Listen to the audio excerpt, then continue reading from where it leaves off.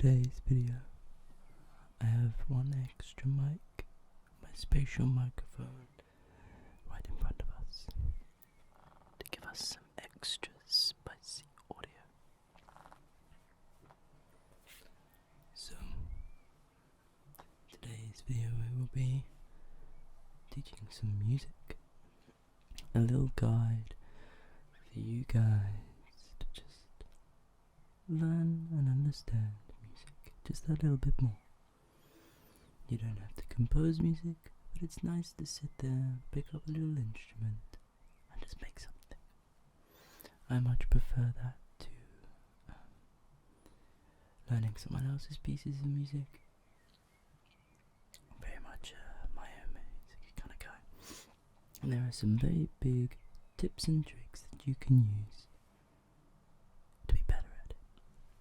This is for beginners, basic music theory stuff. Okay, so the first thing we're going to do is teach you how a key works, the different notes. And we're going to chord progression, or chords and harmonies, and minor chords and keys, and the relationship between major and minor. And then, yeah, so let's get started. I'm going to write on my little tablet here as well, my little iPad, and try show it to you. Okay, so we have 12 notes. We have C, C sharp, D, D sharp, E, F, there is no E sharp, F sharp, G, G sharp, A sharp, and B. There is no B sharp either. You can always find C on a keyboard as it's to the left of the batch of 2 black notes. Every black note is a sharp or a flat of a note. And so,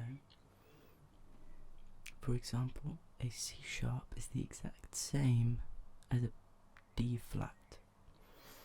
The reason you use flat rather than sharp is when you have 2 of the same note. So if you were to have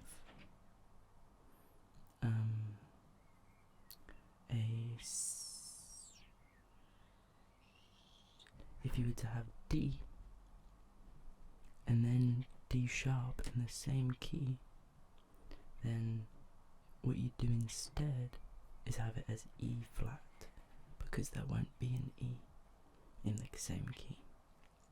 It just makes it visually better so you can understand different notes and separate them just slightly better. And so, with these 12 notes, as I've written, you can find key. And so, the structure of a major key is tone, tone, semitone, tone, tone, tone, semitone. A tone is 2 notes. So a tone from C is D. A semitone from C is C sharp or D flat.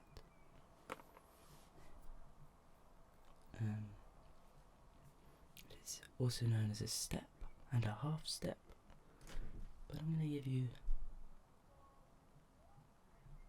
the proper terminology. Well, I think it's the English terminology. There are some things that I do use the American terminologies for, like note length. Instead of saying quaver, semi-quaver, I will say a half note, quarter note, a full note.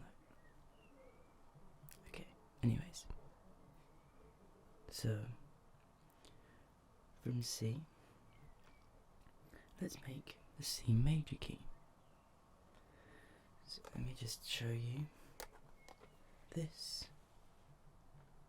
is the tone, tone, semitone, tone, tone, tone, semitone key. And so you can write underneath this, you can go C, and a tone from C is D. A tone from D is E.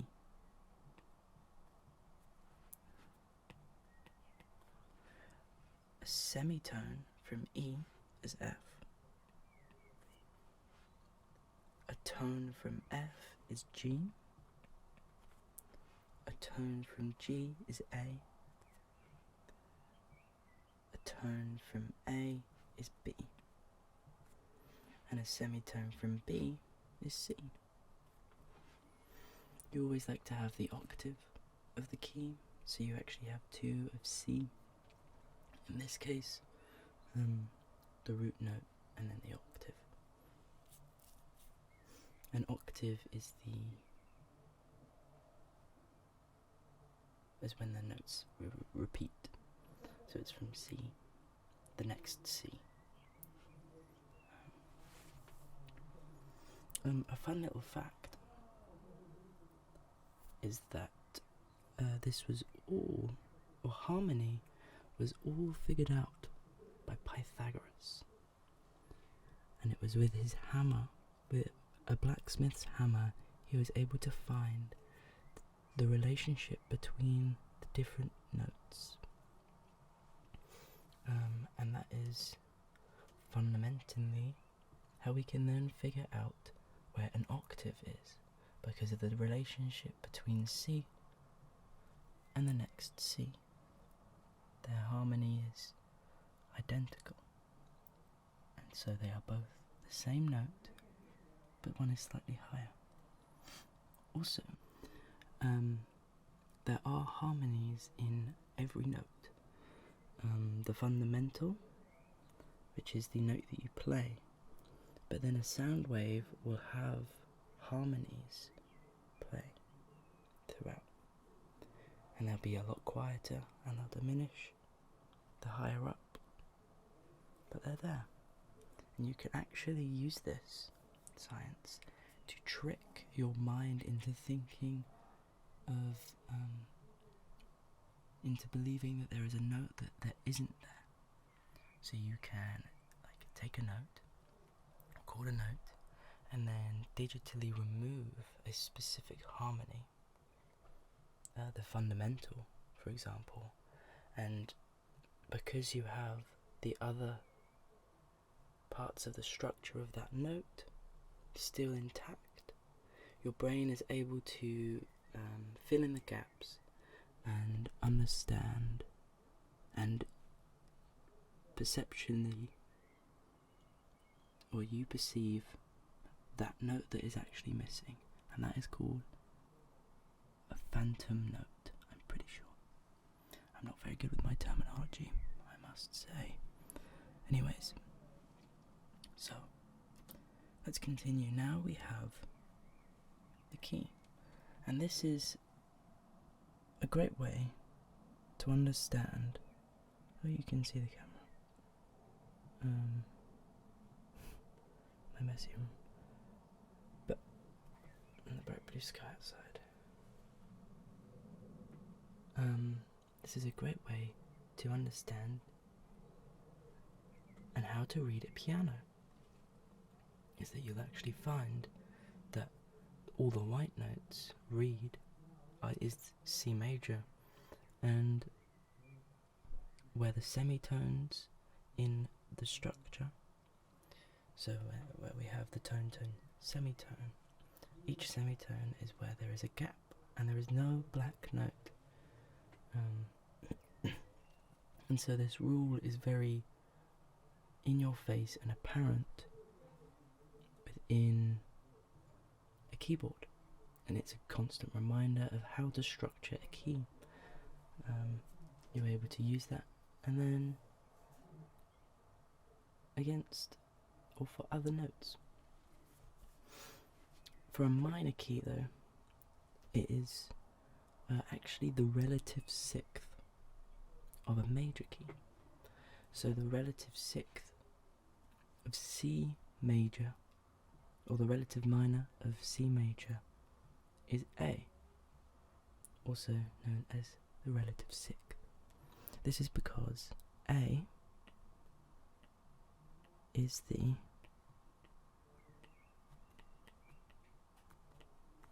sixth note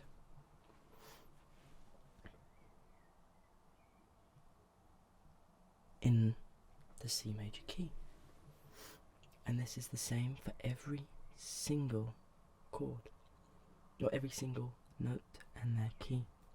The sixth note will be its relative minor, and what the relative minor means is that it uses the exact same notes, but because your core, your fundamental note at the start is A, or is in a different position, it means that the tone is different and the way you compose can come across. It's a very interpretive thing. There are 6 modes, and it's a more complicated music theory and a lesson for another day. Major and minor are the more simpler ones and the more common ones that you're likely to see. They're the easiest ones to understand at this moment.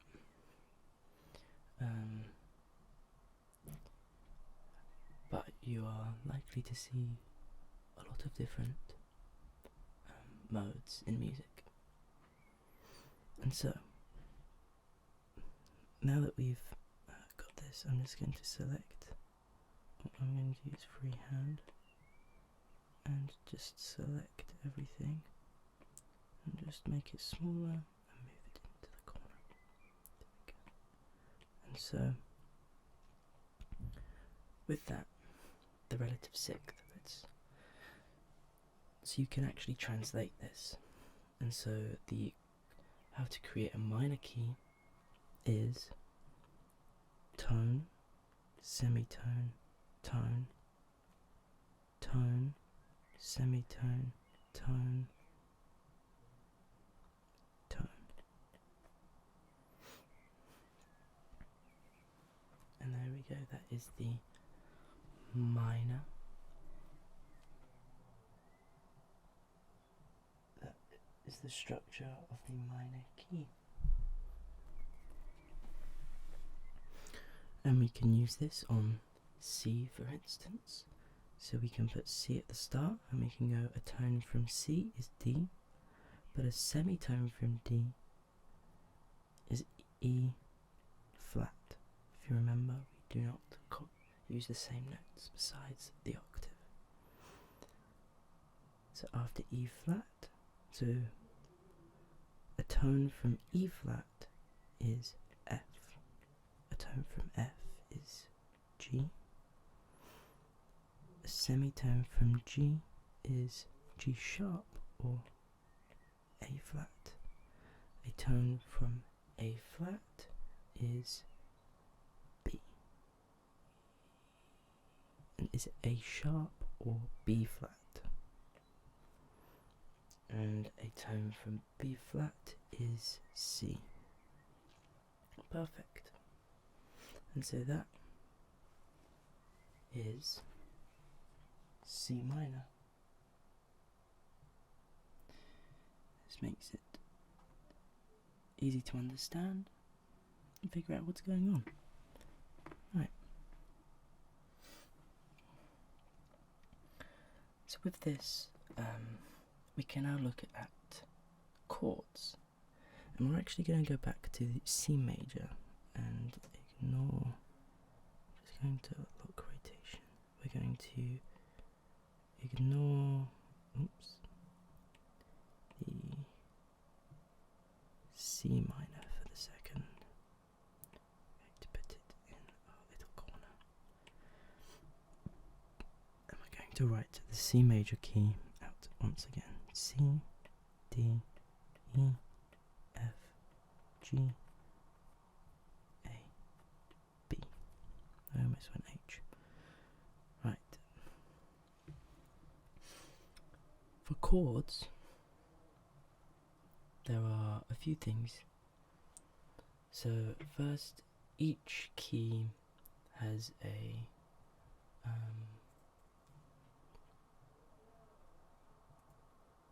I don't know how to explain this. I guess a harmonic sequence. It's better to visualize.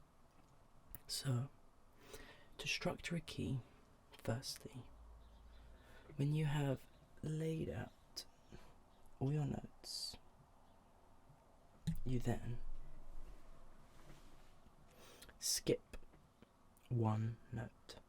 So from C, you skip D and go straight to E, and then you skip F and go to G, and then you have C. C major, the chord, not the key, is C, E, G.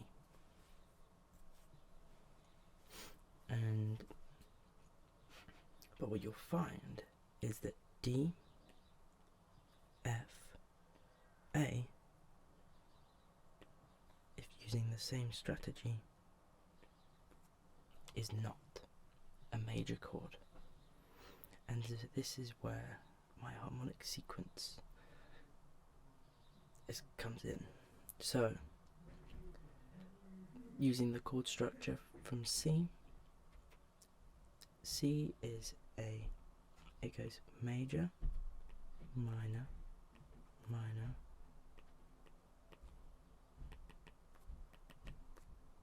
major, minor,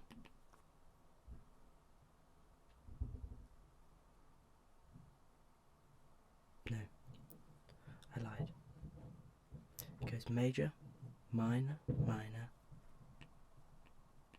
major, minor, diminished.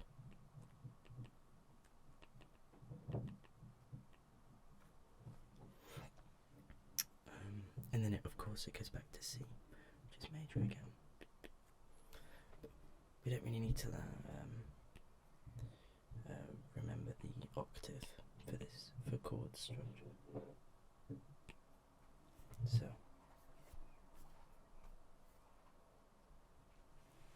as you can see, I'm not sure you can, we have our letters in place, and you can see at the top there we have major, minor. So C, it's C major, D minor, E minor, F major, G major, A minor, and B diminished. And you can actually take this a step further, because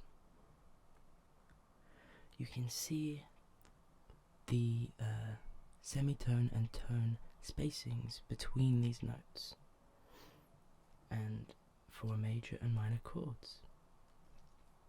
So for a major chord, it's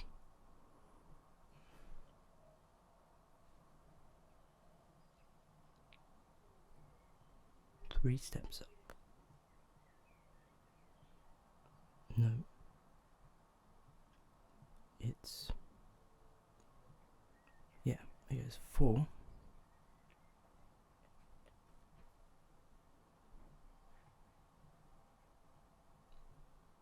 3.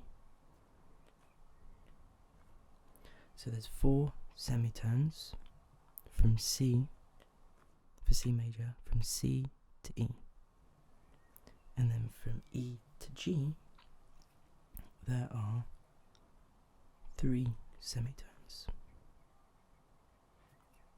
And then for a minor chord, we use D.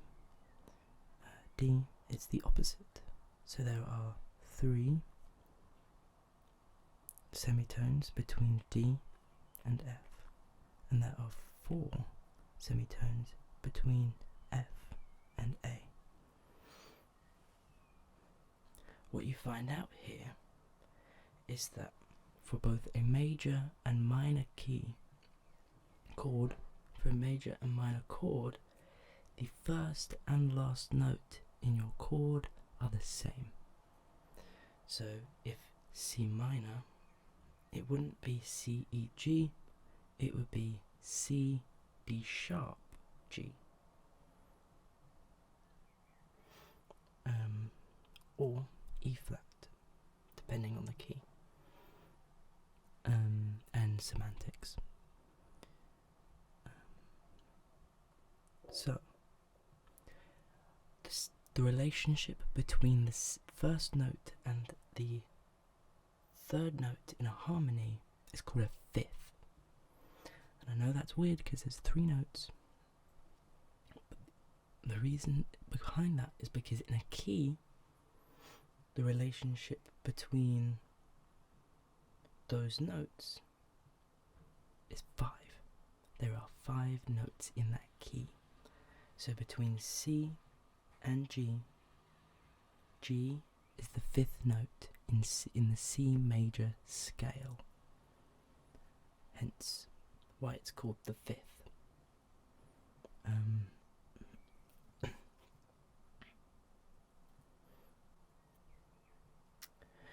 And something quite pretty chords, if you want to spice things up, you can add the 7th, which is adding the B to the chord. So it's C, E, G, B. And the 7th gives a bit more character and spice, there's more harmonies going on, and for each chord it's slightly different. It could be a major, a 7th major, a 7th and a 7th minor. It can really bring a lot of character to the chords, and it's definitely worth doing. And so now that we've done the chord structures, I'm gonna explain that a good trick in music composition is that it doesn't have to be in that order. If you want to play C major, you don't have to have C as the lowest note. You can go G, C, E. As long as you are playing those 3 notes in any order, you are playing a C major chord. And this is really important because if you are then creating chord progressions, it's good to be able to not have such big jumps. Because if you did a chord, like you went from C major to then F major, there is a 4-note jump that you are making, and that can be a bit jarring to listen to. But because F major uses A and D, these are notes that are closer to C. So you could go C, E, G, and then you could go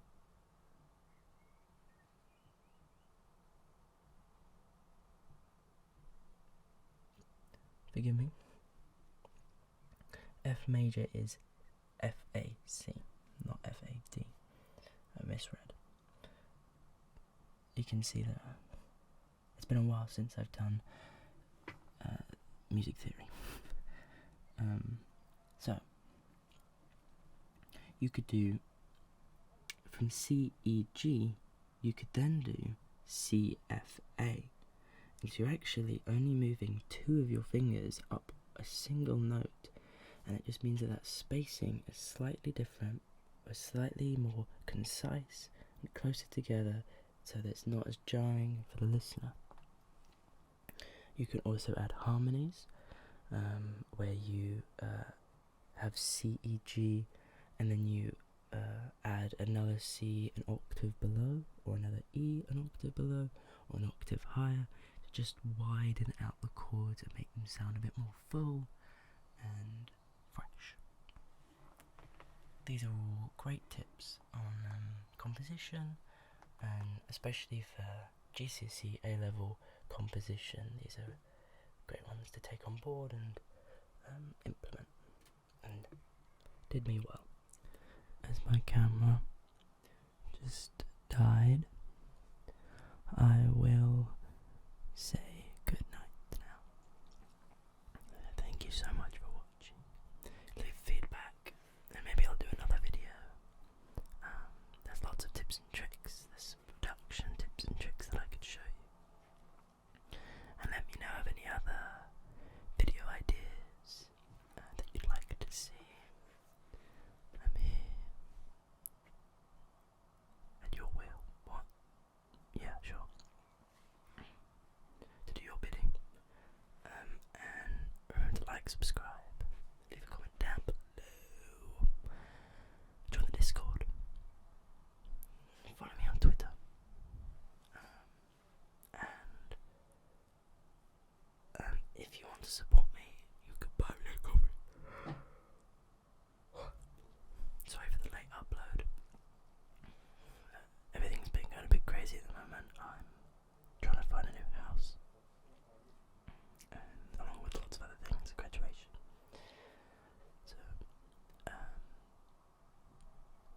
I'll see you around.